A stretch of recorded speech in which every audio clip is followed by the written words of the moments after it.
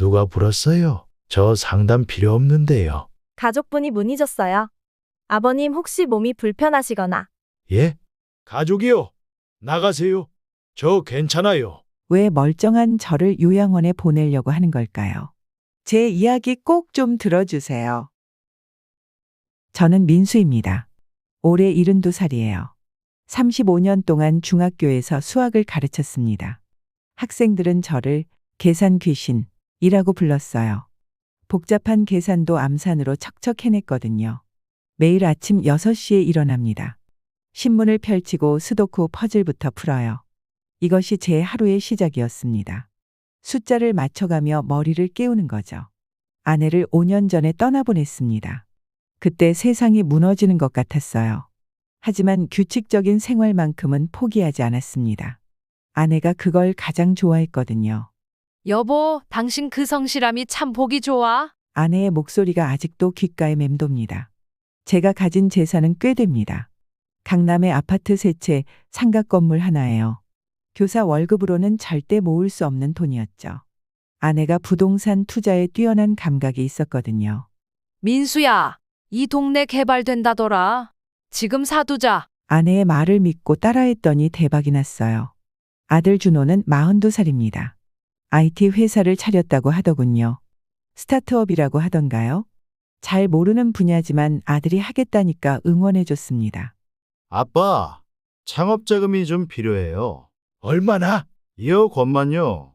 순간 숨이 턱 막혔습니다. 2억 원이라니. 하지만 아들의 간절한 눈빛을 보니 거절할 수가 없었어요. 아내가 살아있었다면 뭐라고 했을까요? 결국 돈을 줬습니다. 며느리 소연 씨는 변호사예요. 39살이고요. 처음 만났을 때부터 뭔가 불편했습니다. 인사도 차갑고 눈빛도 차가웠어요. 안녕하세요, 아버님. 목소리에 온기가 전혀 없었습니다. 하지만 아들이 좋아하니까 참았어요. 소연 씨가 변호사 사무실을 열 때도 8천만 원을 지원해 줬습니다. 아버님, 감사합니다. 그때도 목소리는 똑같이 차가웠어요. 소연 씨 어머니는 더 힘들었습니다. 전직 대기업 임원 출신이라고 하더군요. 만날 때마다 저를 깔보는 느낌이었어요. 선생님이셨다고요? 요즘 교사들 참 힘들죠? 말투부터가 비꼬는 시기였습니다. 가슴이 답답해졌어요. 하지만 참았습니다. 손자 때문에요. 하준이, 제 삶의 전부입니다. 3살 된 이 아이가 할아버지, 하고 달려올 때마다 세상을 다 가진 기분이에요. 하준아, 할아버지가 왔다. 아이의 환한 웃음이 제 마음을 녹여줍니다. 교육용 블록도 사주고 숫자 놀이 교구도 사줬어요. 이 아이만큼은 제대로 키우고 싶었거든요. 할아버지, 이거 뭐예요? 이건 블록이야. 하준이가 똑똑해지는 블록이지. 아이가 깔깔 웃습니다. 그 웃음소리가 이 세상에서 가장 아름다워요. 그런데 요즘 들어 이상한 일들이 생기기 시작했습니다. 며느리가 저를 대하는 태도가 더 차가워졌어요. 아들도 뭔가 어색해 보이고요. 아버지, 요즘 몸은 어떠세요? 준호가 갑자기 제 건강을 묻더군요. 왜? 아빠가 아픈 것 같아? 아니에요. 그냥요. 뭔가 숨기는 것 같았습니다. 가슴 한구석이 불안해졌어요. 소연 씨 어머니도 자주 오더군요. 예전에는 거의 안 왔는데 말이에요. 아버님, 혼자 사시기 힘드시죠? 괜찮습니다. 하지만 나이가 나이인데요. 왜 자꾸 제 나이 얘기를 하는 걸까요? 며칠 전에는 더 이상한 일이 있었습니다. 집에 모르는 사람이 찾아왔어요. 요양원 상담사라고 하더군요.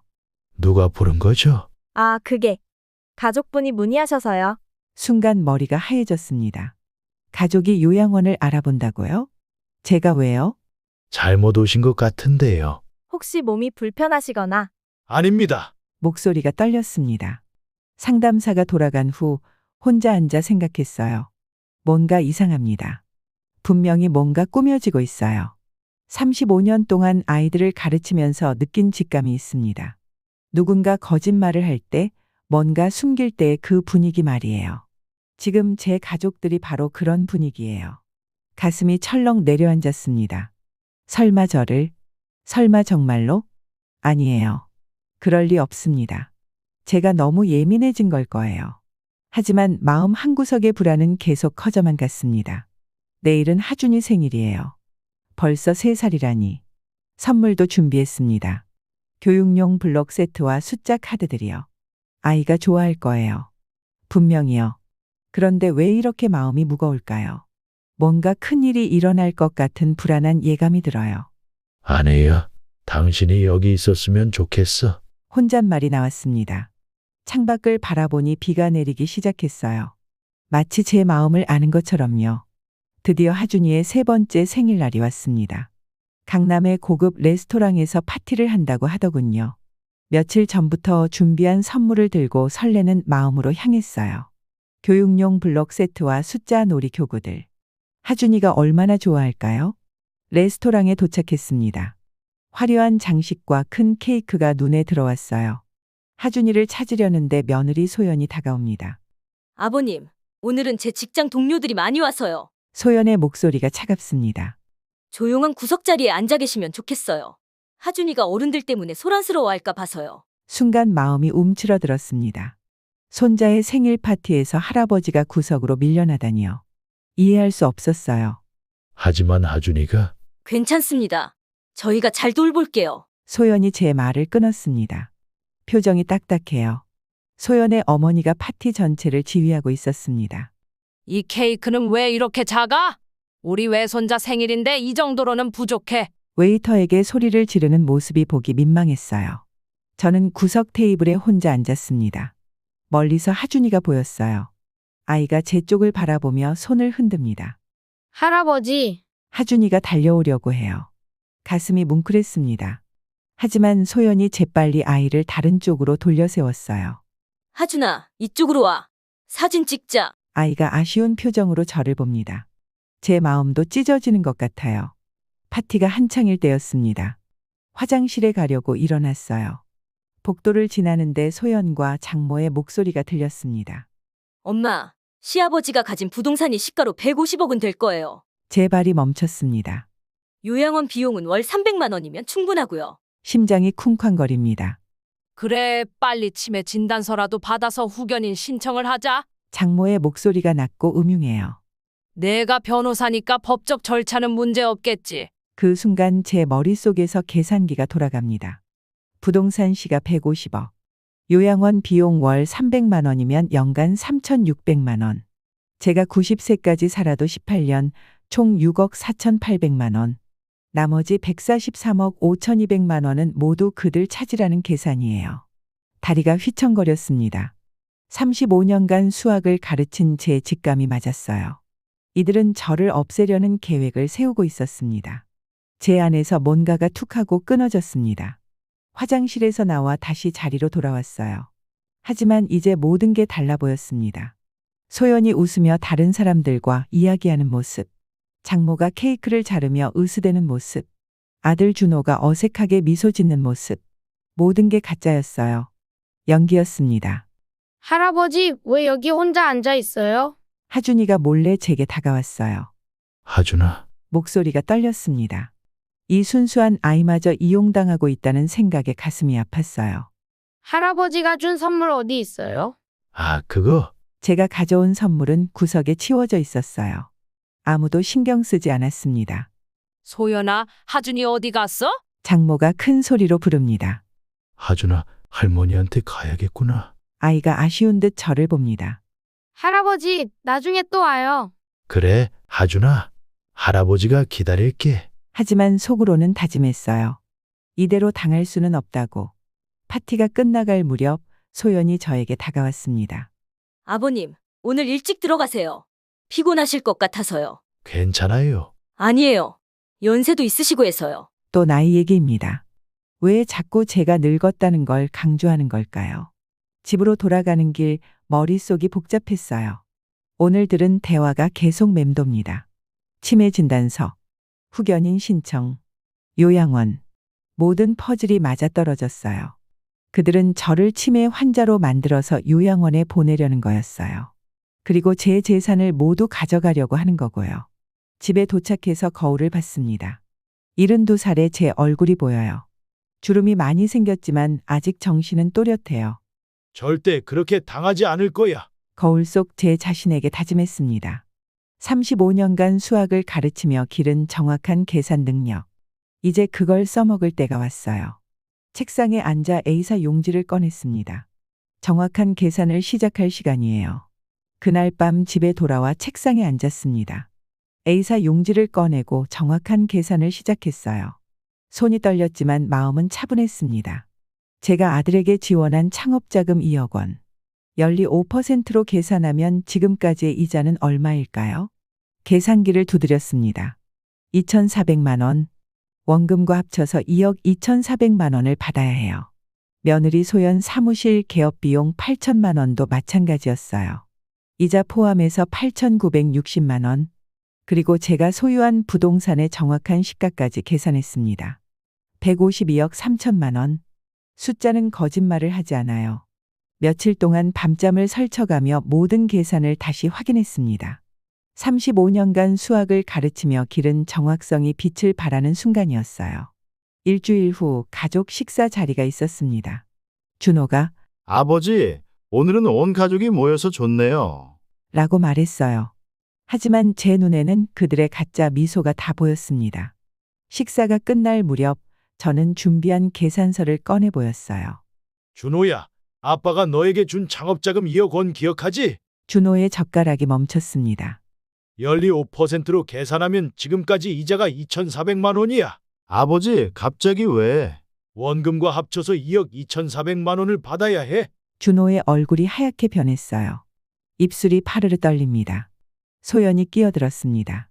아버님, 무슨 말씀이세요? 소연 씨, 사무실 개업 비용 8천만 원도 마찬가지야. 소연의 눈이 커졌어요. 이자 포함해서 8,960만 원이지. 하지만 그건 증여하신 거 아니었나요? 소연의 목소리가 높아졌습니다. 저는 차분하게 계속했어요. 내 부동산 총시가 152억 3천만 원. 정확히 계산해봤어. 장모가 벌떡 일어났습니다. 뭐라고요? 누가 그런 소리를? 요양원 비용 월 300만 원이면 내가 90세까지 살아도 총 6억 4천만 원. 제 목소리가 단호해졌어요. 너희가 145억을 가져가려는 계산이지? 순간 식탁이 조용해졌습니다. 숨소리마저 들릴 정도로 고요했어요. 누가 그런 말을 했나요? 소연이 떨리는 목소리로 물었습니다. 다 들었어. 하준이 생일 파티에서 화장실 가는 길에. 장모의 얼굴이 새파랗게 변했어요. 우연히 들었다고요? 그런 식으로 몰래. 몰래라니요. 복도에서 대놓고 이야기하셨잖아요. 제 안에서 분노가 끓어올랐습니다. 치매 진단서, 후견인 신청, 요양원. 이 단어들 기억나시죠? 준호가 고개를 떨궜어요. 아버지, 정말 죄송해요. 하지만 우리도 사정이 사정? 저는 비웃었습니다. 내 사정은 내 재산을 빼앗는 거였구나. 소연이 변명을 시작했어요. 아버님, 오해예요. 저희는 단지 오해가 아니야. 내가 직접 들었거든. 제 목소리가 차갑게 변했습니다. 수학에서 가장 중요한 건 정확성이야. 너희가 계산한 대로 내가 바보가 되어줄 순 없어. 장모가 소리를 질렀어요. 당신이 뭘 안다고 그래? 늙은이가. 그 순간 제 마음속에서 마지막 끈이 끊어졌습니다. 늙은이라고요? 천천히 일어섰어요. 이 늙은이가 35년 동안 수학을 가르치며 무엇을 배웠는지 보여드릴게요. 가방에서 두툼한 파일을 꺼냈습니다. 이게 뭔지 아세요? 모든 금융 거래 내역이었어요. 가족 모임에서의 녹음 파일 목록도 있었고요. 내가 35년간 학생들 성적을 관리한 방식 그대로 너희를 관찰해왔어. 소연의 얼굴이 창백해졌습니다. 심지어 손자와의 만남 횟수까지 정확히 기록해뒀지. 일기장을 펼쳐 보였어요. 준호가 떨리는 목소리로 말했습니다. 아버지, 설마 정말로? 그래, 이 모든 걸 법원에 제출할 거야. 제 결심은 확고했어요. 계산은 정확해야 하고 인생도 마찬가지야. 다음 날 아침 딸 지은이에게 전화를 걸었습니다. 지은아, 아빠야. 아빠, 어떻게 지내세요? 목소리에서 따뜻함이 느껴졌어요. 그동안 너무 아들 가족에만 신경 쓰느라 딸을 소홀히 했구나 싶었습니다. 지은아, 아빠가 너에게 부탁할 일이 있어. 무슨 일이에요? 함께 법무법인에 가자. 전화 너머로 지은이 놀라는 기색이 느껴졌어요. 법무법인이요? 무슨 일 있으신 거예요? 만나서 얘기하자. 심각한 문제야. 이틀 후 지은이와 함께 법무법인을 찾아갔습니다. 지은이는 제 이야기를 들으며 얼굴이 점점 굳어졌어요. 정말요? 오빠가 그런 계획을. 응. 아빠도 믿기 어려웠어. 변호사 선생님은 제가 준비한 자료들을 꼼꼼히 살펴봤습니다. 증거가 아주 확실하네요. 재산 관리 신탁 설정과 증여금 반환 소송 모두 가능합니다. 마음이 한결 가벼워졌어요. 그럼 시작해 주세요. 며칠 후 준호에게 법원 서류가 도착했나 봅니다. 전화가 울렸어요. 아버지, 정말 이러실 거예요? 준호의 목소리가 울먹거렸습니다. 그래, 이미 시작했어. 아버지, 제발 한 번만 용서해 주세요. 용서? 저는 차갑게 웃었어요. 내가 아버지를 치매 환자로 만들려고 했을 때 용서를 생각했어야지. 그건 장모님 생각이었어요. 저는 정말 거짓말하지 마. 너도 동의했잖아. 준호가 한참 말이 없었어요. 아버지, 저희도 사정이 있어요. 사업이 어렵고 그래서 아버지를 속이는 게 정당화되나? 제 목소리가 떨렸습니다. 수학에서 가장 중요한 건 정확성이야. 너희가 계산한 대로 내가 바보가 되어줄 순 없어. 소연도 제게 전화를 걸어왔어요. 아버님, 증여한 재산을 되돌리는 건 법적으로 쉽지 않아요. 자신이 변로사라는 자신감이 묻어났습니다. 그래? 한번 해보자. 하지만 저에게는 35년간 축적한 기록 보관 습관이 있었어요. 모든 금융거래 내역, 가족 모임에서의 녹음 파일, 심지어 손자와의 만남 횟수까지 정확히 기록해둔 일기장. 내가 35년간 학생들 성적을 관리한 방식 그대로 너희를 관찰해왔어. 소연의 목소리가 작아졌습니다. 하지만 아버님, 더 이상 말하지 마. 법정에서 보자. 전화를 끊었어요. 한 달 후 첫 번째 법정이 열렸습니다. 준호와 소연이 변호사와 함께 앉아 있었어요. 얼굴이 많이 상해 보였습니다. 제 변호사가 준비한 증거들을 차례로 제출했어요. 녹음 파일이 재생됐습니다. 시아버지가 가진 부동산이 시가로 150억은 될 거예요. 요양원 비용은 월 300만 원이면 충분하고. 법정이 조용해졌어요. 소연의 얼굴이 새하얗게 변했습니다. 판사님이 물었습니다. 이 대화가 사실입니까? 소연이 머뭇거렸어요. 그것은 답변하십시오. 죄송합니다. 소연의 목소리가 떨렸습니다. 더 결정적인 증거도 있었어요. 그들이 이미 요양원을 알아본 기록, 후견인 신청 관련 서류를 인터넷에서 출력한 흔적까지 모두 확보해뒀거든요. 교육자로서 35년간 기록을 남기는 습관이 몸에 배어 있습니다. 제가 증언석에서 말했어요. 모든 일을 정확히 기록하고 보관하는 것이 제 원칙이었습니다. 준호가 고개를 떨궜어요. 소연은 계속 변명을 늘어놓았지만 소용없었어요. 원고의 주장이 타당합니다. 판사님의 최종 판결이 나왔어요. 증여의 조건부 성격과 피고들의 사기적 의도가 명확히 입증되었습니다. 법원은 제 손을 들어줬습니다. 준호는 창업자금을 반환해야 했고 소연의 사무실도 결국 문을 닫았어요. 그들은 장모의 집으로 들어갔지만 장모는 매일 내가 왜 너희 뒤치다거리를 해야 하냐? 며 갈등을 일으켰다고 하더군요. 지은이가 말해줬어요. 아빠, 오빠네 요즘 많이 힘들어해요. 그래도 자업자득이야. 마음이 아프긴 했지만 후회는 없었어요. 지은아, 아빠가 너무 한쪽으로만 기울어져 살았구나. 아빠, 이제야 균형을 찾은 것 같아. 진짜 가족이 누구인지 알게 됐어요. 법정에서 승리한 후 한 달이 지났습니다. 새로운 아파트로 이사를 했어요. 예전보다 작지만 훨씬 평화로웠습니다. 딸 지은이가 이사 도움을 주러 왔어요. 아빠, 여기가 훨씬 좋은 것 같아요. 그래? 아빠도 그렇게 생각해. 창밖으로 보이는 공원이 마음에 들었어요. 이제야 제대로 된 계산을 하게 된 것 같아. 마음이 한결 가벼워졌어요. 일주일 후 동네 도서관에서 자원봉사를 시작했습니다. 아이들에게 수학을 가르치는 일이었어요. 선생님, 구구단이 왜 필요해요? 8살짜리 아이가 물었습니다. 구구단은 마법 같은 거야. 복잡한 계산을 쉽게 만들어주거든. 아이의 눈이 반짝였어요. 정말요? 어? 하지만 그보다 중요한 건 정직하게 계산하는 마음이야. 35년 만에 다시 아이들을 가르치니 가슴이 뛰었습니다. 어느 날 하준이가 지은이와 함께 찾아왔어요. 할아버지, 아이가 달려와 안겼습니다. 마음이 뭉클했어요. 하준아, 할아버지 보고 싶었어? 네. 많이요. 하지만 예전처럼 무조건적으로 모든 걸 다 해주지는 않았어요. 적절한 거리를 유지했습니다. 하준아, 1 더하기 1이 뭘까? 숫자예요. 맞아. 그런데 그보다 중요한 게 있어. 아이가 고개를 갸웃했어요. 정직하게 계산하는 마음이야. 아직은 이해하지 못하겠지만 언젠가는 알게 될 거예요. 지은이가 조심스럽게 물었습니다. 아빠, 오빠 소식 들으셨어요? 아니, 어떻게 지내? 요즘 많이 힘들어해요. 마음 한구석이 아팠습니다. 하지만 후회는 없었어요. 오빠가 아빠께 사과하고 싶어 해요. 순간 마음이 흔들렸습니다. 지은아, 아빠는 이미 용서했어. 정말요? 응. 하지만 관계는 예전과 달라질 수밖에 없어. 지은이가 고개를 끄덕였어요. 한 달 후 준호가 혼자 찾아왔습니다. 얼굴이 많이 상해 보였어요. 살도 많이 빠진 것 같았습니다. 아버지, 목소리가 떨렸어요. 들어와. 거실에 마주 앉았습니다. 아버지, 정말 죄송해요. 준호가 고개를 숙였어요. 다 지난 일이야. 아니에요. 제가 정말 잘못했어요. 눈물이 그의 뺨을 타고 흘렀습니다.